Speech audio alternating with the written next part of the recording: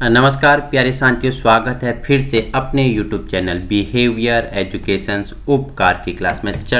परिचर्चाएं चल रही हैं उत्तराखंड से महत्वपूर्ण UK triple SC and UK PSC से संबंधित हमारी श्रृंखलाएं चल रही हैं।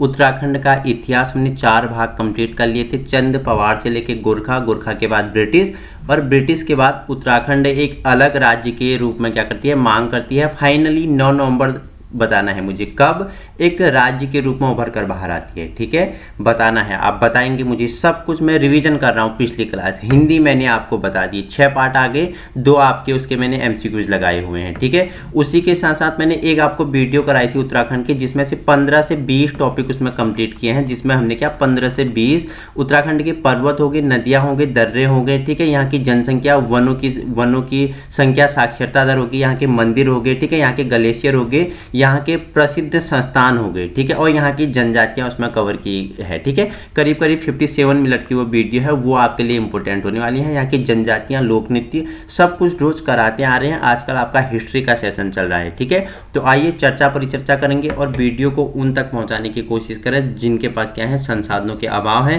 क्वेश्चन 25 हमने लिए हैं। ठीक है, 25 क्वेश्चन लिए हैं, लेकिन व्याख्या हम कितनी, इसमें 100 क्वेश्चन से भी ज़्यादा। सभी के बारे में एक्स्ट्रा नॉलेज नोट करते हुए चलना है, आपको एक्स्ट्रा नॉलेज बताएंगे। तो आइए, क्वेश्चन नंबर पहला आपके लिए है, एक पत्थर के शिलालेख। ठीक है, शिलालेख मतलब शिला क्या होता है, शिला मतलब होता है पत्थर, लेख मतलब उस पर कुछ लिखा हो। ठीक है, पत्थर पे शिलालेख होते हैं, अभिलेख होते हैं। ठीक है, ताम्रलेख होते हैं। ठीक है, तो ये शिलालेख पूछ रहे हैं आप, शिला मतलब पत्थर।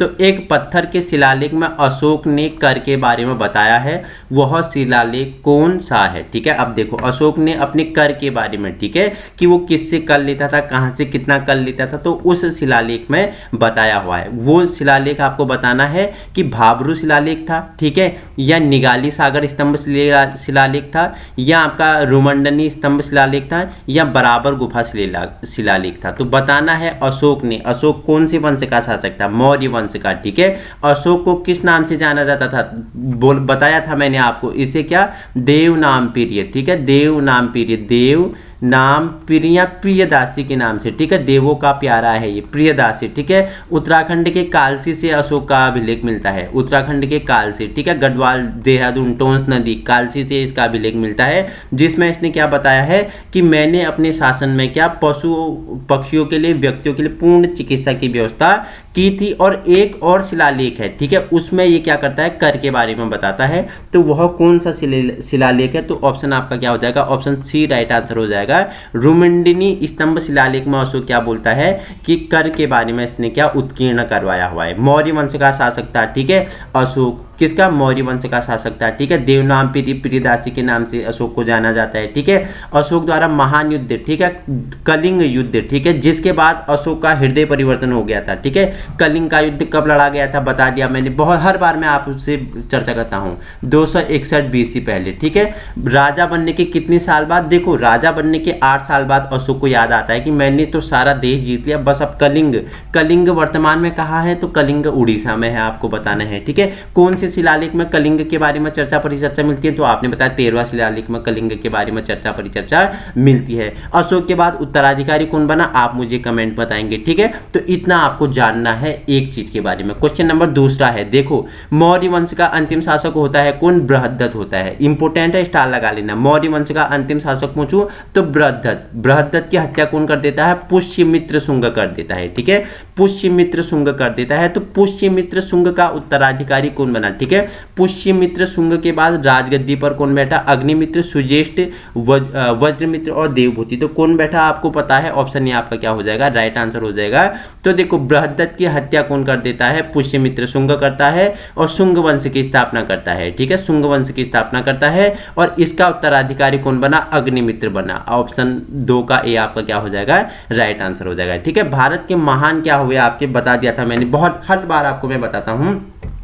महान रचनाकार हैं, ठीक है। अभिज्ञान शाकुंतलम प्रसिद्ध रचना है, ठीक है। अंग्रेजों ने इसका अंग्रेजी अनुवाद करवा लिया, ठीक है, संस्कृत से अंग्रेजी अनुवाद करवा लिया, ठीक है। सबसे बड़ी कृति है अभिज्ञान शाकुंतलम। किसने, वह कौन सा व्यक्ति था जिसने अभिज्ञान शाकुंतलम का अंग्रेजी में अनुवाद करवाया था? आप मुझे कमेंट में बताएंगे, सर्च करना, एक्स्ट्रा नॉलेज है, ठीक है, प्रो वर्जन वाला नॉलेज है, ठीक है। इनकी ही रचना कौन सी है? विक्रमोर्वशीयम, मालविकागम मित्रम हो गया, कुमार संभवम हो गया, मेघदूतम हो गया, ठीक है। ये सब किसकी रचना है? ये कालिदास की रचनाएं हैं, ठीक है। अभिज्ञान शाकुंतलम मैंने बताया था उत्तराखंड, मानसखंड, केदारखंड में मैंने आपको कर्णाश्रम, ठीक है। शकुंतला दुष्यंत की प्रेम प्रसंग मैंने आपको बताया था, ठीक है। राजा जिसका नाम पे भारत पड़ा है, भरत का भी जन्म वहीं हुआ था, वहीं अभिज्ञान शाकुंतलम की रचना भी हुई थी, ऐसा आपको मिलता है, ठीक है। तो कालिदास का प्रथम नाटक कौन सा था? आपको बताना है कालिदास का प्रथम नाटक कौन सा था। तो कालिदास का प्रथम नाटक कौन सा था?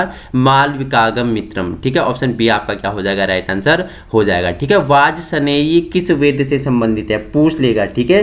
तो जो वाजसनेयी है, तो आपको आंसर 4 दिए गए हैं, ऑप्शन 4 है। तो आपको बताना है वाजसनेयी किस वेद से संबंधित है। ऋग्वेद सबसे पुराना वेद है, आपको पता है। कितने मंडल है? 10 मंडल है। श्लोक कितने हैं बताओगे मुझे, ठीक है। सामवेद हो गया, यजुर्वेद हो गया, अथर्ववेद हो गया, ठीक है। देखो सभा समिति के बारे में पूछा है, कौन से वेद में चर्चा परिचर्चा मिलती है? तो आपने बताया अथर्ववेद में मिलती है। सभा समिति किसकी पुत्रियां थी? प्रजापति की पुत्रियां थी, ठीक है। तो आपसे क्वेश्चन क्या पूछ रहा है? जो वाजसनेयी है, देखो यहाँ आंसर लगा है आपके लिए। तो वाजसनेयी क्या है? यजुर्वेद के क्या? संहिता शुक्ल से संबंधित है। ऑप्शन आपका क्या हो जाएगा? सी आपका क्या हो जाएगा? राइट आंसर हो जाएगा, ठीक है। क्वेश्चन नंबर 5 है, ब्रह्मसूत्र किसका भाग है? न्याय, वेदांत, व्याकरण, ज्योतिष। तो आपको ब्रह्मसूत्र बताना है किसका भाग है। तो वेदांत के 3 मुख्य स्तंभ हैं। वेदांत के कितने? 3 मुख्य स्तंभ हैं, एक उपनिषद, एक भगवत गीता, एक आपका ब्रह्मसूत्र, ठीक है। तो ब्रह्मसूत्र की रचना किसने की थी? तो बदरायण ने की थी, ठीक है। बदरायण या बादरायण ने ब्रह्मसूत्र की रचना की थी। तो ब्रह्मसूत्र किसका भाग है? तो आपने बताइए किसका भाग है? वेदांत का भाग है, ठीक है। देखो वेद कितने? 4, उपवेद कितने? 4, वेदांत कितने होते हैं? 6 होते हैं। कौन कौन से होते हैं आपने बताया? बताओ मुझे। शिक्षा, कल्प, ज्योतिष, निरुक्त, छंद, और एक कौन सा था बताओ मुझे फटाफट, ठीक है। तो जो क्या है, जो ब्रह्मसूत्र किसका? वेदांत का भाग है, ठीक है। क्वेश्चन नंबर नेक्स्ट है आपके लिए, बीज गणित का आविष्कार किसने किया था? आर्यभट्ट, ब्रह्मभट्ट, बारामिहिर और भास्कर। तो आपको पता है आर्यभट्ट गुप्तकालीन गणितज्ञ थे, ठीक है। उन्होंने शून्य के महत्व की खोज की, उन्होंने ही बीज गणित को खोजा था। ऑप्शन ए आपका क्या हो जाएगा? ये देखो गणितज्ञ भी थे, खगोल शास्त्री भी थे, ठीक है। एक भूगोलविद्ता खगोल शास्त्री भी आपके कौन थे? आर्यभट्ट थे। इन्होंने ही क्या किया? शून्य और बीज गणित का आविष्कार किया था, ठीक है। क्वेश्चन नंबर नेक्स्ट है आपके लिए 7वां, अशोक किस वंश का राजा था? बता दिया था, अशोक मौर्य वंश का राजा था, जिसने 269 ईसा पूर्व से 232 ईस्वी तक, ठीक है, राज्य किया। कलिंग युद्ध के बाद उन्होंने बौद्ध धर्म, देखो मैंने बताया कलिंग का युद्ध कब किया था इन्होंने? 261 बीसी में कलिंग पर ये क्या करते हैं? युद्ध करते हैं। और ये बोलते हैं कि 1.5 लाख लोग करीब यहाँ मारे गए थे, ठीक है। सारे पुरुष मरने के बाद यहाँ की महिलाओं ने भी युद्ध किया, ऐसे इनके अभिलेख में चर्चा परिचर्चा मिलती है। और इस जो कलिंग का मैदान था ये पूरा लाल हो गया था, लौह से पूरा यहाँ क्या हो गया थे? मैदान रक्त से लाल दिखाई देने लग गया था। उससे इनका हृदय परिवर्तन हो जाता है। ये बौद्ध धर्म को क्या कर लेते हैं? स्वीकार कर लेते हैं, ठीक है। याज्ञवल्क्य स्मृति की रचना कब हुई थी? किसने की थी? किस काल में हुई? तो आपको बताना है। तो जो क्या है, याज्ञवल्क्य स्मृति है, इसकी रचना भारत के सर्वोच्च दार्शनिक, ठीक है, कौन? याज्ञवल्क्य ऋषि ने की थी, ठीक है। किसने की थी? याज्ञवल्क्य ऋषि ने की थी, ठीक है। कौन सी सभ्यता, ठीक है, कौन सी हड़प्पा सभ्यता की जगह भारत में नहीं है? चूहंदड़ो, ठीक है, श्रीगंगानगर, लोथल और रोपड़। तो आपको बताना है कौन सी भारत में नहीं है, ठीक है। हड़प्पा सभ्यता मैंने आपको बताया, हड़प्पा हो गया, मोहनजोदड़ो हो गया, ठीक है, लोथल हो गया, ठीक है, रोपड़ हो गया, धौलावीरा हो गया, ठीक है, बनावली हो गया। ये सभी मैंने आपको हिस्ट्री वाले में करवाया हुआ है। तो 4 ऑप्शन है, इनमें से कौन सा भारत में नहीं है? एक स्थल भारत में नहीं है आपका।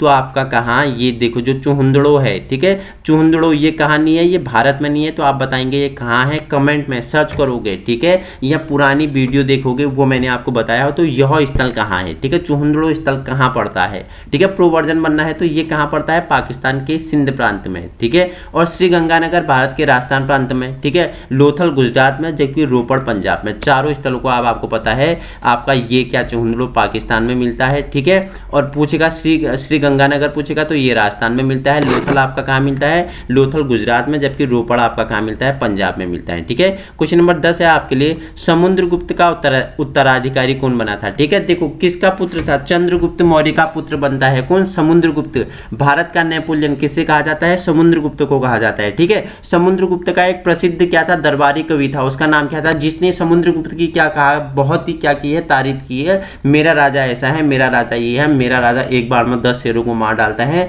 मेरा राजा क्या है, बहुत महान है। तारीफ करता है किसके लिए, इकराम और पुरस्कार के लिए। ठीक है, तो इसका प्रसिद्ध अगर दरबारी कवि पूछिए हरिसेन। ठीक है, महाराजा धीराज की उपाधि धारण करने वाला दूसरा शासक था कौन, समुद्रगुप्त।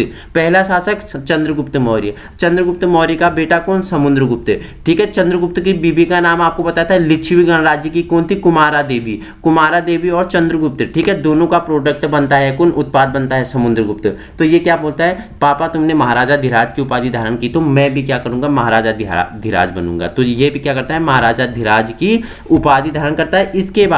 इसके बाद उत्तराधिकारी कौन बनता है, चंद्रगुप्त फर्स्ट बनता है, चंद्रगुप्त द्वितीय बनता है, विष्णुगुप्त बनता है, श्रीगुप्त बनता है। ठीक है, तो कौन बनता है, चंद्रगुप्त द्वितीय, जिसे आप चंद्रगुप्त विक्रमादित्य के नाम से भी जानते हैं। ठीक है, चंद्रगुप्त विक्रमादित्य का जो प्रसिद्ध क्या था, दरबारी कवि था, उसका नाम बताएंगे मुझे। ठीक है, कमेंट में, प्रो वर्जन बनना है तो कमेंट में बताएंगे चंद्रगुप्त द्वितीय का दरबारी कवि का नाम। ठीक है, तो समुद्रगुप्त के बाद कौन आता है, चंद्रगुप्त आता है। ऑप्शन बी आपका क्या हो जाएगा, राइट आंसर हो जाएगा। ठीक है, गढ़वाल वंश की रानी कुमारा देवी ने धर्मचक्र जिन बिहार कहाँ कराया था। ठीक है, जो धर्मचक्र जिन बिहार कहाँ करवाया था, इन्होंने बौद्ध गया, राजगृह, कुशीनगर, सारनाथ। तो ऑप्शन 4 है, आपको बताना है कौन सी वंश की रानी कुमारा देवी, तो गढ़वाल वंश की राजधानी। इन्होंने धर्मचक्र जीन बिहार कहाँ कराया था, तो कहाँ कराया था, फटाफट आंसर देंगे मुझे। तो इन्होंने कहाँ कराया था, आपने बताया सारनाथ। ठीक है, सारनाथ में किसने सबसे पहले अपना क्या दिया, उपदेश दिए। ठीक है, किसके उपदेश दिए, किसने अपने धर्मचक्र परिवर्तन के नाम से जाने देते। ठीक है,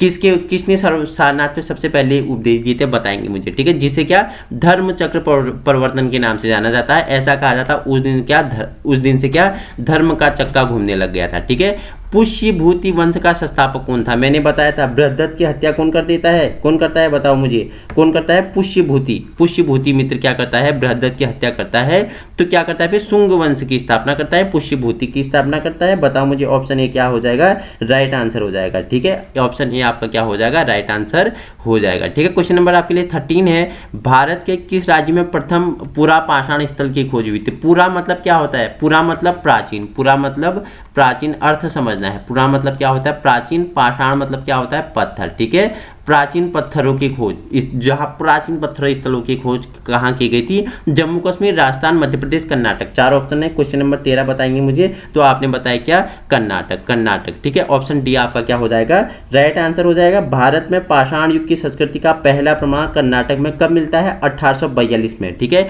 1842 में ये प्रमाण आपका सामने आता है। 1842 में ये प्रमाण आपका क्या आता है, सामने आता है। डॉक्टर कौन थे, प्रिमरोज ने कर्नाटक में रायचूर जिले के लिंगसुंगूर में पॉलिश किए हुए पत्थर के चाकू और तीर के सिर की खोज की थी। सबसे पहले पुरापाषाण स्थल की खोज कर्नाटक में होती है। कब होती है, 1842 में होती है। ठीक है, रिवीजन करना है, यहाँ एक्टिविटी करनी है मेरे साथ। ठीक है, कहाँ पे उन्हें क्या मिला, देखो रायचूर जिले के लिंगसुंगूर जिले में क्या मिला, पॉलिश किए हुए पत्थर और चाकू और तीर की खोज इन्होंने की थी। ठीक है, तो कर्नाटक आपका क्या हो जाएगा, राइट आंसर हो जाएगा। ठीक है, क्वेश्चन नंबर 14 है आपके लिए, निम्नलिखित में से किस काल में तांबे का सर्वप्रथम प्रयोग किया गया था। क्वेश्चन नंबर अगर 14 लगाएंगे तो पाषाण काल, मध्य पाषाण काल, नियोलिथिक हो गया, ताम्र हो गया। ऑप्शन डी है, 14 पूछेंगे कि किस काल में तांबे का सर्वप्रथम प्रयोग हुआ था। तो आपको पता है ताम्र पाषाण काल में उन धातु का प्रयोग देखा गया जिनमें तांबा सबसे पहले था। ठीक है, ताम्र पाषाण काल में नवपाषाण काल के नाम से जाना जाता है। इसे किया नियोलिथिक,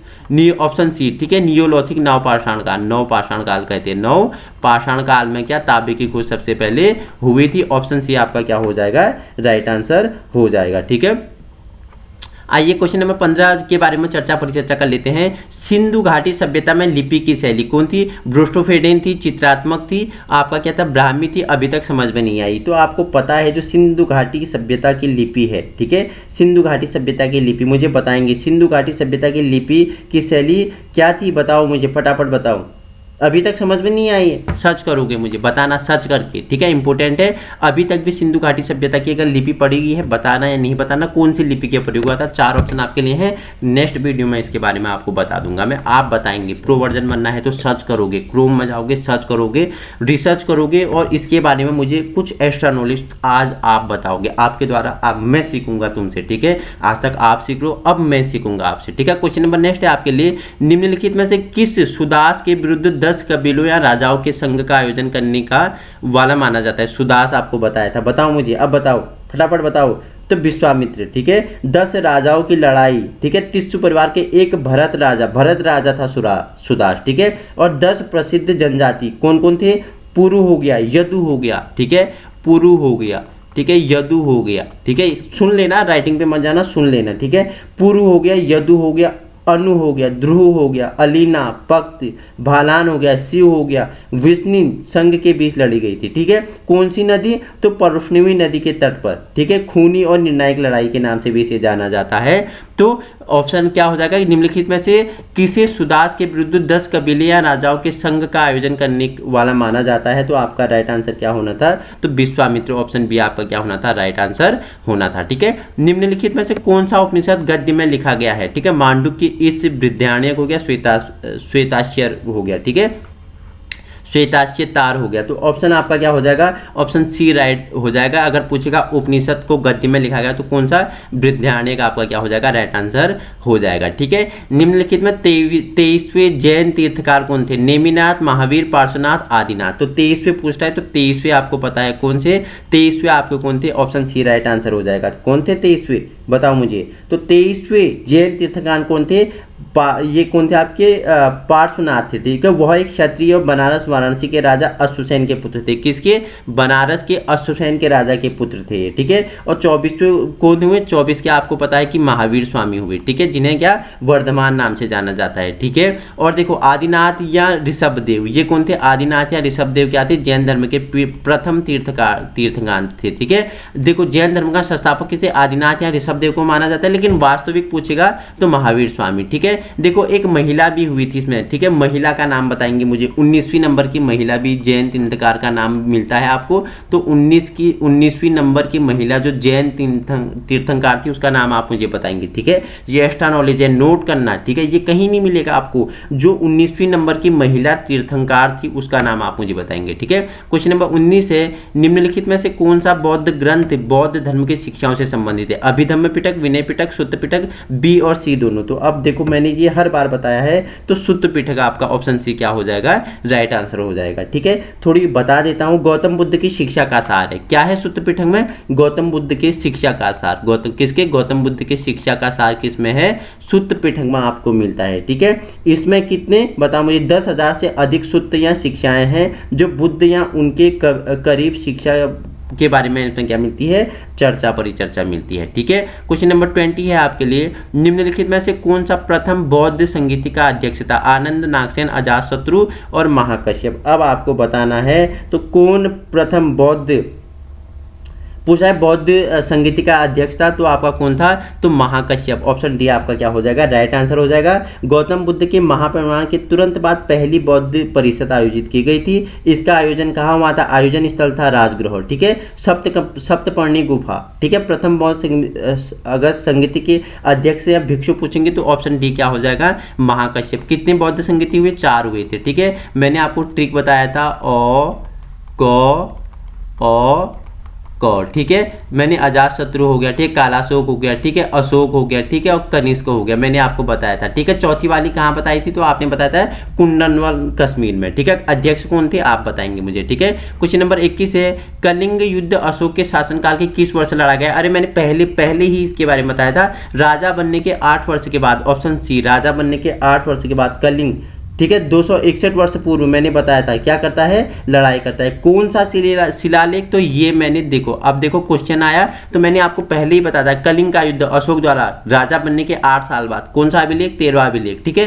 कलिंग कहाँ है? उड़ीसा पे है, ये मैंने आपको पहले ही बता दिया था, ठीक है। क्वेश्चन नंबर 22 है आपके लिए, निम्नलिखित में से किस शिलालेख में सभी 14 प्रमुख शिलालेख के साथ साथ 2 अलग अलग कलिंग शिलालेखों का उल्लेख है। अब बताओ मुझे, फटाफट आंसर करेंगे तो ये ऑप्शन क्या हो जाएगा आपका, ऑप्शन ए आपका क्या, सन्नति शिलालेख में ये आपका क्या हो जाएगा, 14 प्रमुख शिलालेखों के साथ साथ 2 अलग कलिंग शिलालेखों का भी उल्लेख किसमें, सन्नति शिलालेख में मिलता है। ऑप्शन 22 का आपका ए राइट आंसर हो जाएगा। ठीक है, क्वेश्चन नंबर 23 है, कवि वत्सल्य निम्नलिखित में से किस राजवंश के एक राजा द्वारा ग्रहण की गई उपाधि थी। ठीक है, कवि वत्सल्य, ठीक है, 4 ऑप्शन है, किस राजा के एक राजा द्वारा ग्रहण की गई उपाधि थी, पुष्यभूति, पल्लव, मौर्य, सातवाहन। तो फटाफट मुझे आंसर बताएंगे।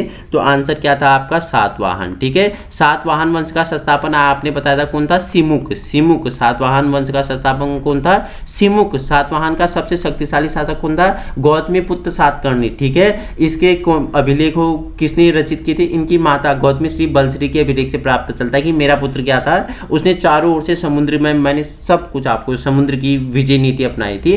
किसने, आपने किसने, गौतमी पूर्ण सातकर्णी ने। और पूछेगा सातवाहन वंश का संस्थापक, तो सिमुक आपका राइट आंसर हो जाएगा। ठीक है, क्वेश्चन नंबर 24 है, निम्नलिखित में से किस राजा ने शक युग की शुरुआत की थी। ठीक है, शक युग की शुरुआत किस राजा ने की थी, फटाफट बताएंगे। तो किसने की थी, तो ऑप्शन बी, कनिष्क ने की थी। शक युग की शुरुआत कनिष्क ने की थी। ठीक है, कनिष्क ने की थी। कनिष्क देखो कौन सा वंश, कुषाण साम्राज्य का तीसरा शासक था। ठीक है, कुषाण साम्राज्य का तीसरा शासक था। ठीक है, जिसने शक युग की शुरुआत की थी, वह 78 ईस्वी में सिंहासन पर बैठा। कनिष्क कब, 78 ईस्वी में क्या बैठा, सिंहासन पर बैठा है कनिष्क। ठीक है, कुषाण राजा था। ठीक है, अब भारत सरकार द्वारा अपने कैलेंडर का भी उपयोग यहीं से मैंने बताया था, उसके बारे में आपको स्टोरी। ठीक है, तो कनिष्क, ठीक है, याद रखना कब, 78 ईसा पूर्व शासन पे बैठा। इसने क्या, शक युग और कुषाण वंश का क्या था, ये राजा था। कौन सा राजा था आपने बताया, कौन सा राजा था ये बताओ मुझे, कौन सा राजा बताया आपने, तीसरा शासक बताया। ठीक है, क्वेश्चन नंबर अंतिम है आपके लिए 25 है, निम्नलिखित में से किसने विक्रमादित्य की उपाधि धारण की थी, पहले बता दिया था। ठीक है, जब समुद्रगुप्त के बारे में बताया था तो मैंने बताया था कि किसने, चंद्रगुप्त द्वितीय ने क्या की थी, विक्रमादित्य की उपाधि धारण की थी। ठीक है, अपने साम्राज्य में उत्तर पश्चिमी भारत से बंगाल में शामिल था, जैसा कि दिल्ली में मेहरौली में लौह स्तंभ शिलालेख में संकेत मिलता है। उन्होंने विक्रमादित्य की उपाधि धारण की थी, जिसका अर्थ वह जो सूर्य के समान शक्तिशाली हो। विक्रमादित्य मतलब वह जो क्या, सूर्य के समान शक्तिशाली हो। ठीक है, मेहरौली का लौह स्तंभ सर्च करना, ऊंचाई बताना। ठीक है, आज तक जंग नहीं लगा है, उसमें एक क्या, गुप्त चंद्रगुप्त चंद्र नाम के व्यक्ति के बारे में उल्लेख मिलता है। ठीक है, बताएंगे, सर्च करोगे मुझे। ठीक है, तो बताओगे। क्वेश्चन नंबर आपके लिए 26 है, गुप्त काल के दौरान क्षेत्र को किस रूप में संदर्भित किया जाता है। ठीक है, तो आपको कमेंट में बताएंगे, ये होमवर्क है आपके लिए कि पूछ रहा है गुप्त काल के दौरान क्षेत्र को किस रूप में संदर्भित किया जाता है। तो हमने 25 क्वेश्चनों के बारे में व्याख्यात्मक रूप में परिचर्चा की, विथ सभी क्वेश्चन के हमने जितने भी आपके क्या बन रहे थे ऑप्शन थे उनके बारे में भी आपको सारा समझाया हुआ है। इसी प्रकार की वीडियो पाने के लिए आप अपने यूट्यूब चैनल बिहेवियर एजुकेशन उपकार की क्लास को क्या कर सकते हो, संलग्न कर सकते हो। बस हमारा उद्देश्य क्या है, आप सभी तक व्यवहारिक शिक्षा प्रदान करना है और वीडियो को उन लोगों तक जरूर पहुंचाने की कोशिश करें जिनमें क्या है, संसाधनों के अभाव है। अगर आपको दिन प्रतिदिन एक लेटेस्ट वर्जन बनना है, जैसे आपका फोन अपडेट होता है, आपको भी अपडेट होना है, प्रो वर्जन बनना है, तो आज ही अपने यूट्यूब चैनल बिहेवियर एजुकेशन उपकार की क्लास में संलग्न हो जाइए। वीडियो पसंद आइए तो मित्रों में साझा कीजिए। ठीक है, आपके लिए ऐसे ही क्या होंगे, इंटरेस्टिंग, ठीक है, अच्छे सेशन आपके लिए आएंगे विथ एक्सप्लेन। ठीक है, देखो 25 क्वेश्चन आपको पता है 5 मिनट 10 मिनट में कंप्लीट हो जाती है, 25 मिनट के लिए 10 मिनट में कंप्लीट हो जाते हैं, लेकिन हमारा ये पूरा आधा घंटे का वीडियो बना है। क्यों, क्योंकि हमने जितने भी क्वेश्चन थे उनके बारे में जितना भी इंपॉर्टेंट है, जो आयोग आपसे पूछ सकता है, ठीक है, जो एग्जाम में आपके लिए क्वेश्चन जहाँ से बन सकते हैं, ठीक है, वो क्वेश्चन क्यों इतना महत्वपूर्ण है, उसके बारे में सभी के बारे में परिचर्चाएं हुई हैं। Thank you so much.